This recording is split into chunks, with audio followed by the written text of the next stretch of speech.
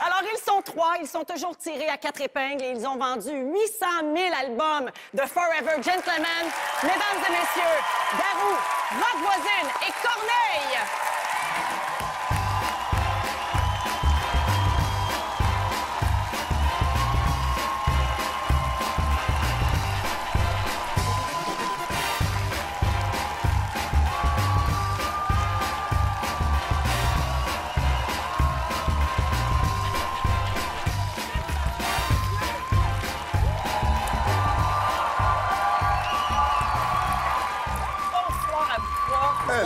Merci infiniment d'être avec nous ce soir. Vous êtes en pleine tournée, vous vous promenez partout au Québec. Évidemment, il y a l'Europe aussi qui vous appelle souvent.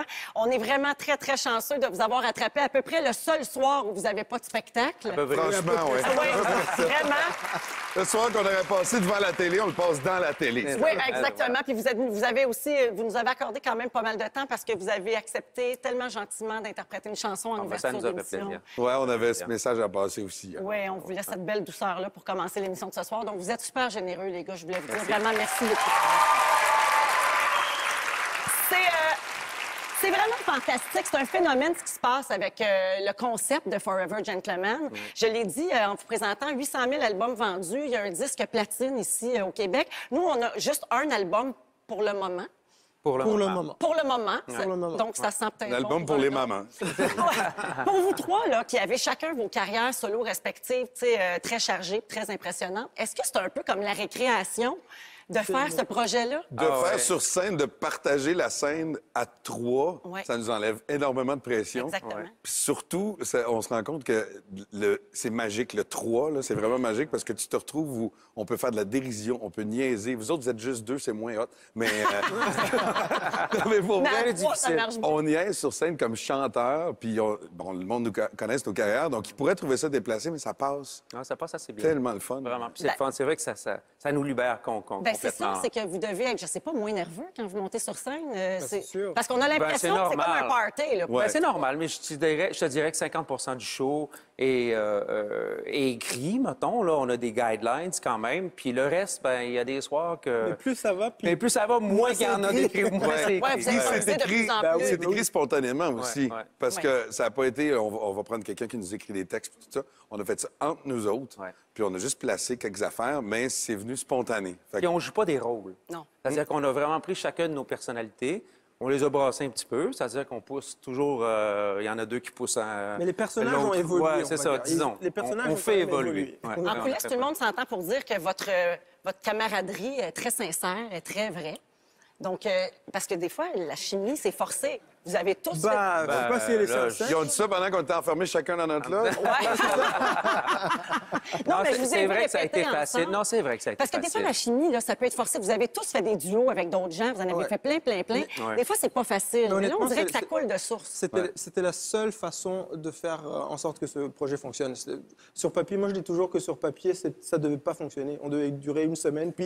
On se le faisait dire. On se fait appeler du gros improbable. C'est peut-être ça le secret. On va faire juste 2-3 spectacles, c'est tout. Et puis finalement, on a tellement de fun, on a tellement de plaisir c'est nous qui ne voulons pas nous arrêter quelque part. Heureusement que ça fonctionne parce qu'on serait triste. Et le plus grand choc qu'on a eu, en fait, c'est de se rendre compte. Moi, j'avais pas réalisé, tu sais, sur papier, l'affaire. Oui, hey, super, je les connais, les gars, mais pas tant que ça. Mais on se met ensemble, puis on commence à se parler de nos vies, puis nos parcours sont proches. C'est assez similaire. On a fait pas mal les mêmes voyages. Oui. Le même on genre s'est de croisés carrière. dans les avions souvent. Tout à fait. Puis ça a été facile même au sujet, Les trois ça a été papas. facile même au niveau de, tu sais, choisir des chansons, c'est pas évident. On fait 25 chansons dans...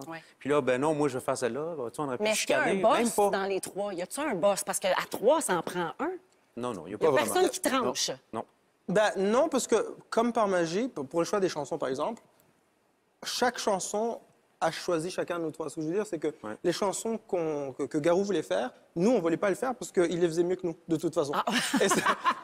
Et la même chose. On s'est basé un peu pour ça, Il y a des chansons qui naturellement, vont à rock, puis d'autres qui vont mieux à moi. Donc, ça se fait vraiment naturellement. C'est l'état d'esprit dans lequel on est entré aussi. Ça, c'est très important. On n'est pas arrivé là en se disant, on va jouer des coudes, c'est moi qui va prendre plus de place. Il n'y a pas eu de compétition au début, on n'avait rien à prouver. Vous êtes allé En humblement. partant, on n'avait vraiment rien à prouver à personne. Ni entre nous, ni à les gens avec qui on travaillait. Puis j'irais même plus loin que ça. On n'avait rien à prouver non plus à un auditoire possible. On vient là pour avoir du fun.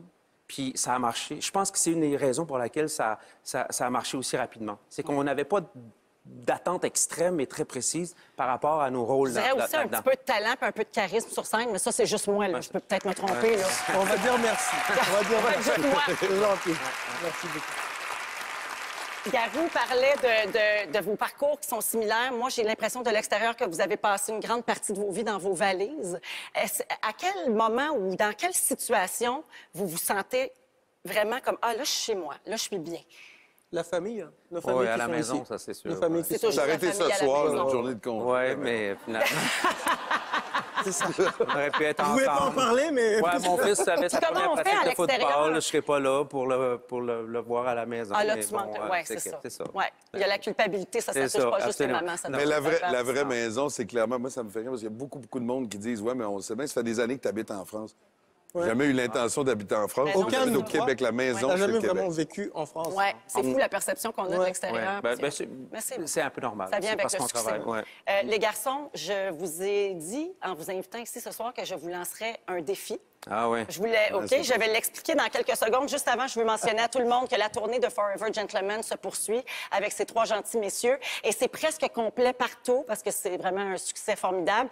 Il reste quelques billets à Sherbrooke, à Montréal, notamment. Montréal, c'est très bientôt. Est-ce que j'ai les dates de ça exactement? Montréal est facile. Montréal, c'est 14 février. Ah oui, mon Dieu, pour la La Saint-Valentin, c'est ça. Et Sherbrooke, c'est le 8 février. Avec les gens Parce que chez qui nous. Dans ton cherchent un coin. cadeau à faire à votre être bien-aimé, ben, le 14 Ben, c'est comme la février. date idéale, effectivement. Donc, on peut voir la tournée un peu partout qui se poursuit. Et là, j'ai ma petite feuille ici. OK. Alors, je voulais leur lancer un défi musical. Je vous ai juste dit ça, mais je vous ai pas donné d'autres détails. Alors, vous aurez quelques minutes, OK, à venir dans notre émission Pas pour danser. aller préparer... J'ai une liste de chansons ici. Vous en choisissez 3-4 là-dedans. Ce sont pas des chansons standards crooner, OK?